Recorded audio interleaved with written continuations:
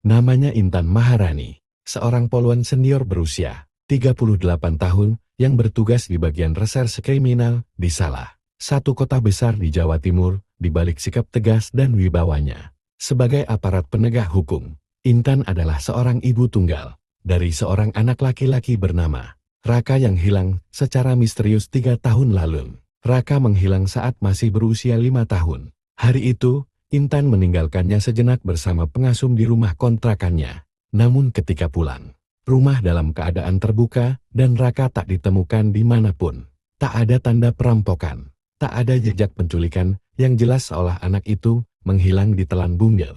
Sejak hari itu, hidup Intan berubah total. Ia menjadi sosok pendiam, fokus mencari petunjuk di sela tugas-tugas kepolisian. Ia menyelidiki diam-diam, membongkar semua data penculikan anak, bahkan menyamar untuk menelusuri jalur perdagangan manusia. Tapi semua jalan buntu, hingga suatu hari, ia menerima laporan warga tentang anak laki-laki tanpa identitas di sebuah panti asuhan kecil di daerah lereng gunung. Anak itu, kata warga, memiliki mata yang mirip sekali dengan foto anak Intan yang pernah viral di media sosial saat hilang dulu. Tanpa berpikir panjang, Intan mengendarai mobil dinasnya sendiri ke panti itu, menyamar sebagai relawan. Panti tersebut sederhana, jauh dari kota, dikelola oleh pasangan lansia yang bersahaja. Mereka menyambut Intan dengan ramah dan tak tahu apa-apa soal masa lalu anak-anak yang mereka rawat. Di antara sekumpulan anak yang sedang menggambar dan bermain, Intan melihat seorang bocah laki-laki berusia 8 tahun duduk sendirian, memegang mainan mobil kecil. Hatinya bergetar, matanya berkaca-kaca. Ia merasa itu Raka, tapi bocah itu tak mengenalnya. Ketika Intan duduk di sebelahnya dan bertanya, "Namamu siapa, Nak?" Bocah itu menjawab pelan, "Aku dipanggil Rama di sini. Aku nggak punya orang tua." Intan menahan napas. Dalam diam, ia mengeluarkan kalung kecil yang dulu ia sematkan ke Raka. Kalung itu berbentuk peluit emas kecil dengan inisial RN di belakangnya. Ia sodorkan peluit itu ke bocah itu dan bertanya, "Pernah lihat ini?" Bocah itu memegangnya, diam lama. Lalu matanya membesar. "Ini punya aku, ini punya aku," teriaknya pelan. Lalu memeluk Intan. Tangis pecah, bukan hanya dari Intan, tapi juga dari para pengurus panti yang tak menyangka anak itu punya ibu kandung yang masih mencarinya. Pemeriksaan DNA beberapa minggu kemudian membuktikan bocah itu benar-benar Raka Maharani, putra tunggal yang selama ini dikira telah tiada.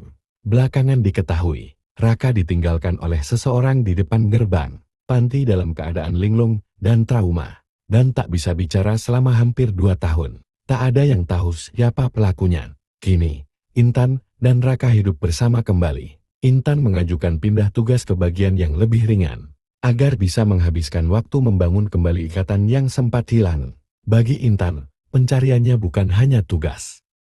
Setelah hasil tes DNA yang mengonfirmasi bahwa Rama adalah putra kandungnya, Intan merasa seperti mimpi yang menjadi nyata. Semua rasa lelah, air mata, dan harapan yang tertahan selama 3 tahun akhirnya terbayar dengan satu pelukan hangat dari anaknya. Namun, kebahagiaan itu juga membawa tantangan baru. Rama bukan hanya anak yang hilang, tetapi juga bocah yang membawa trauma berat. Selama 2 tahun tanpa keluarga, ia tumbuh dalam kesunyian dan ketakutan. Seringkali sulit untuk percaya dan terbuka pada orang lain, bahkan pada ibunya sendiri. Intan bertekad untuk menjadi pelindung dan penyembuh bagi Rama. Ia memilih untuk mengambil cuti panjang dari pekerjaannya dan memindahkan tugasnya ke bagian yang lebih ringan. Fokusnya kini hanya satu, membangun kembali ikatan yang hilang dan memberikan kehangatan keluarga yang telah lama dirindukan. Hari-hari awan bersama bukanlah hal yang mudah. Rama kerap menutup diri, menangis tanpa sebab, dan terkadang menjadi sangat pendiam. Namun, dengan kesabaran yang luar biasa, Intan mendampingi setiap proses penyembuhan itu. Ia membawa Rama ke psikolog anak dan membimbingnya dengan penuh cinta dan ketulusan. Warga sekitar yang mengetahui kisah mereka ikut memberikan dukungan. Banyak yang terinspirasi oleh kegigihan Intan sebagai seorang ibu, sekaligus aparat yang tak pernah menyerah mencari anaknya. Dukungan dari komunitas kecil itu menjadi sumber kekuatan tambahan bagi mereka berdua. Seiring waktu, perlahan-lahan, Rama mulai membuka hatinya. Ia mulai tersenyum, bermain, dan belajar menikmati masa kecil yang dulu sempat hilang. Pelukan hangat dan kata-kata penuh kasih sayang dari ibunya menjadi obat paling mujarab yang pernah ada.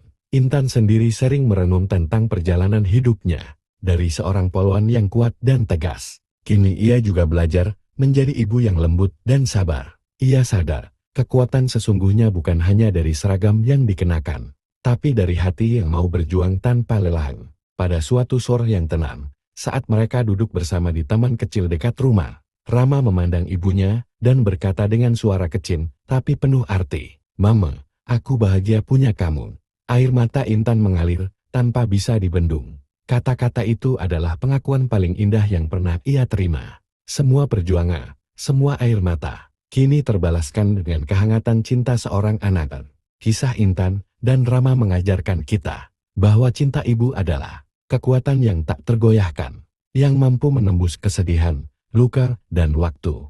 Bahwa kehilangan bukanlah akhir, tapi awal dari sebuah perjalanan penuh harapan dan keajaiban. Dan ketika seragam polwan itu dilepas di rumah, di sana tetap ada seorang ibu yang menjaga dan mencintai dengan sepenuh jiwa. Pelukan yang menghapus segala luka dan mengikat. Janji untuk tidak pernah berpisah lagi.